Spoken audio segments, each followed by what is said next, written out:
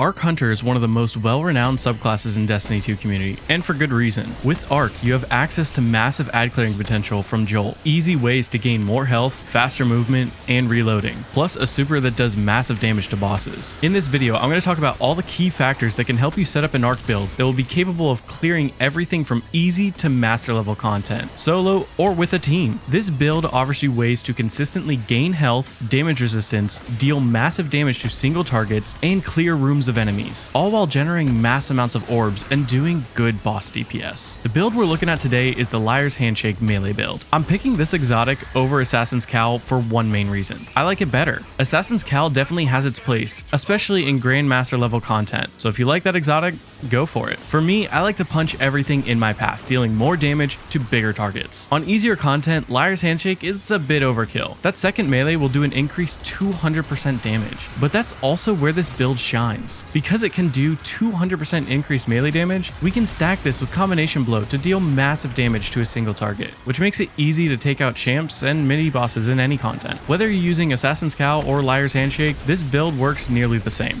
We use our powered melee to start amping up our damage, and to refund our dodge. And since Gambler's Dodge gives our melee back, we can cycle between the two. Combination Blow still amps up our damage on regular melee hits, but since we get bonuses of more damage resistance, added Arc Jolt and Arc AoE damage, and added health, we want to be using our dodge and our powered melee as much as possible. But if you do somehow run out of both of those abilities, you still can run around meleeing everything, and it will do massive amounts of damage. Another pro tip for you, 1-2 punch can increase your melee damage even further, though this specific interaction is actually nerfed a little bit. So the best option is to actually freeze a target. This will make them take an increased 50% melee damage, and it's going to deal added shatter damage. Something like Conditional Finality or Chill Clip Fusion would be exceptional at doing so. Remember, if you find this video helpful and like seeing build videos and other Destiny 2 helpful content, leave a like on the video and consider hitting that subscribe button. With that being said, let's jump right on into it. Alright, let's take a look at the super and the abilities. First up, our super. I'm choosing Gathering Storm. Gathering Storm is an excellent option for doing boss DPS and clearing out ads in a small area. So let's talk about Gathering Storm versus Blade Barrage for a second. When looking at raw potential damage, with all buffs considered, Blade Barrage will do roughly 2 to 3% more damage than Gathering Storm. This does increase if you do have a teammate using something to cause Jolt, since now that damage won't actually be added damage, so the increase is actually about 18%. However, since this build is mainly going to be our solo Hunter King build, we do need to account for that Jolt damage. And since we aren't using Star Eater scales, Gathering Storm actually does about 6% more damage. So it still is a very good base super for doing boss damage or clearing out groups of enemies. Alright, for our abilities, as we mentioned before, Gambler's Dodge is the dodge we're going to be taking. And we're taking it because it synergizes so well with melee builds, since all we have to do is dodge near an enemy to get our melee back.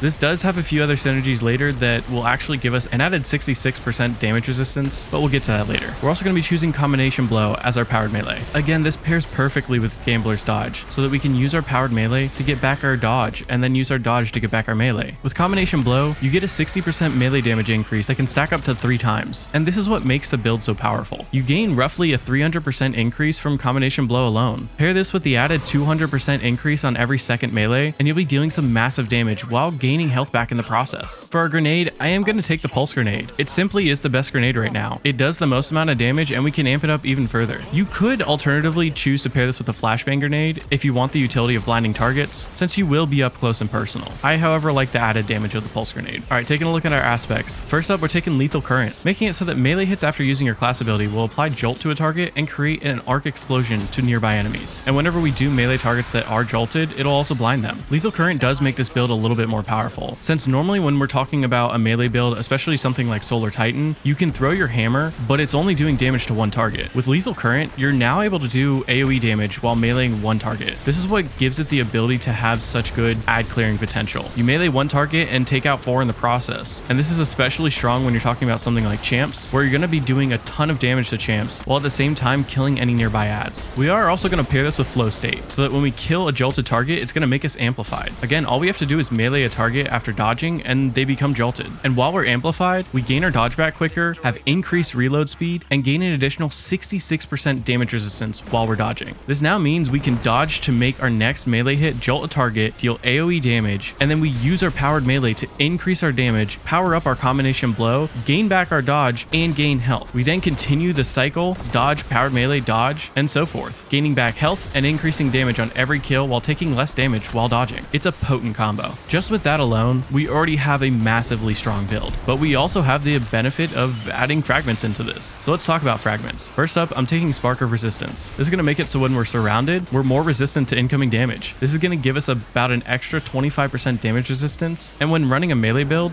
this is amazing. This will stack with all the rest of our damage resistance. We're also going to pair this with Spark of Feedback, so that taking melee damage briefly increases our outgoing melee damage. It's going to give us an additional 75% increase, and this should, in theory, stack with all of our other melee buffs. The beauty of using Liar's Handshake and having this fragment means that whenever we do take melee damage, not only are we now gaining an additional 75% from this fragment, but we're also going to be gaining that extra 200% because Cross Counter does actually activate whenever you take melee damage. And if you have your 3 stacks of Combination Blow already up, that next hit is going to do a ton of damage. Then we're also going to pair this with Spark of Magnitude, so that increases the duration on our pulse grenades. This is mainly just going to make our pulse grenades do more damage, which is definitely going to be nice. Since we can pair a lot of mods to be able to get our grenades back pretty quickly, having the added damage to any target is going to be amazing. And I'm also going to pair this with Spark of Ions, so that when we defeat a jolted target, it creates an Ionic Trace. We jolt every target after we use our dodge and then we use our melee. So this should be really easy to activate, meaning we're going to generate more ability energy for all of our abilities. All right, let's talk about ways to improve the build. First up are stat mods. I am going to be shooting for 100 resilience. This is going to give us an extra 30% damage resistance, and this is key for surviving high level content. Hunters normally go for mobility for the quicker dodge cooldown. However, with this build, all we have to do is use our powered melee to refund our dodge, so mobility is kind of irrelevant in this scenario. Not to mention, when we are amplified, we're going to be charging our dodge back even quicker. So if we have low mobility, it's not really that big of a deal. I'm also going to be shooting for 100 discipline. I'm not super keen on using my super that often, so I'm not super keen on trying to go for intelligence. We can also refund our melee whenever we do our dodge, which only really leaves 2 other options, discipline and recovery. Both are important, but we get health back from melee blows, so typically I'll go for 100 discipline and then pour the rest into recovery. All right, let's move on to the rest of our armor mods. First up, our helmet. I'm taking Hands On. This is going to grant additional super energy whenever we get melee kills. This is clearly a favorite for melee based builds, and it pairs perfectly with this one. We're also going to pair this with Dynamo, so when we use our class ability near enemies, we're going to gain extra super energy. Again, we'll be dodging and meleeing all the time, so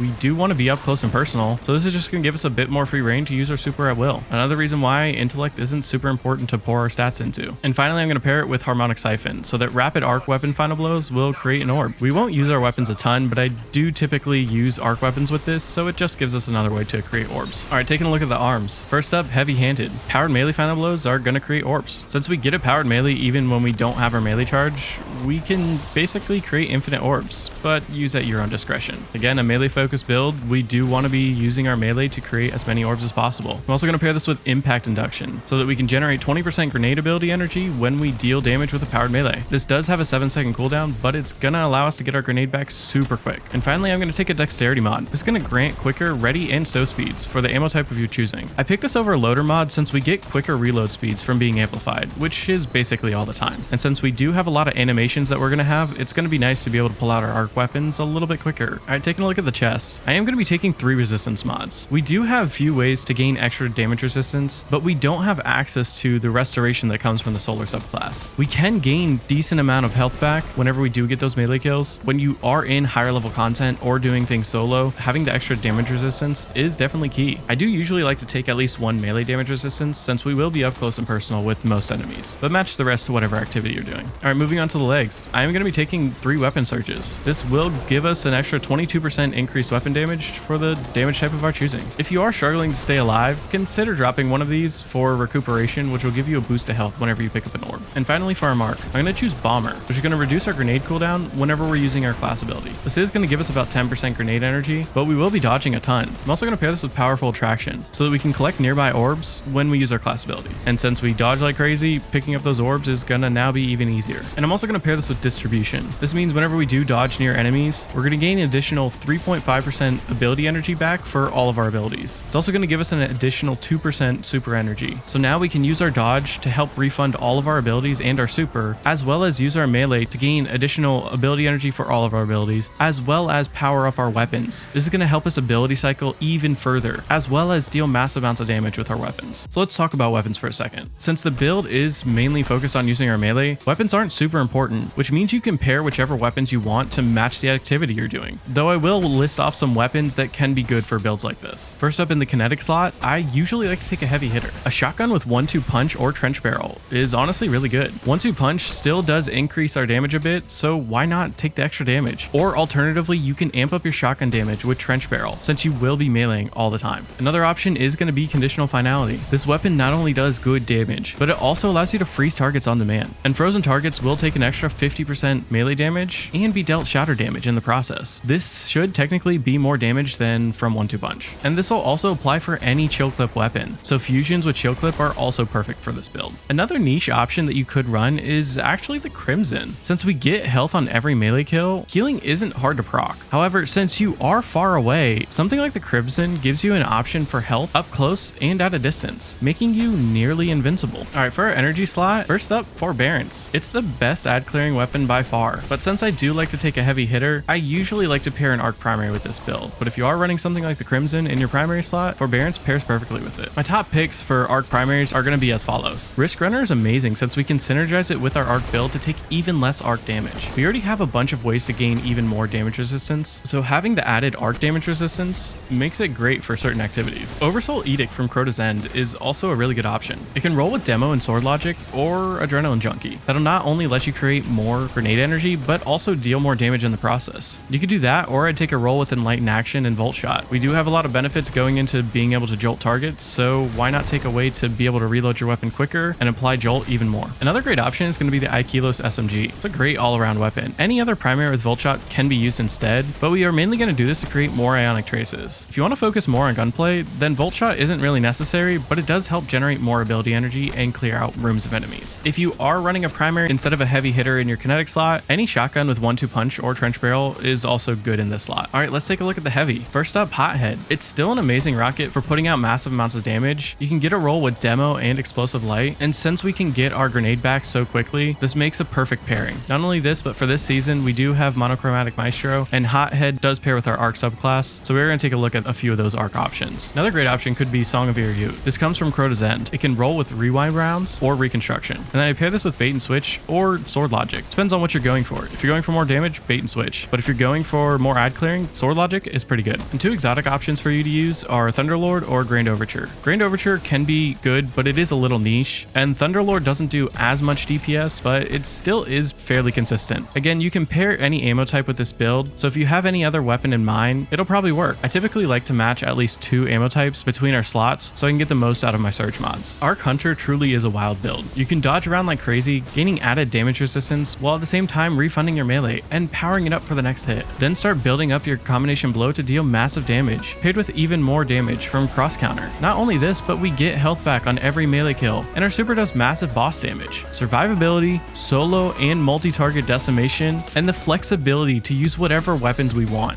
What is there not to like? Season 22 is wrapping up, but this build will be relevant for many seasons to come. So let me know your thoughts of the build. What would you change or how would you improve it? That's it from me. Peace out.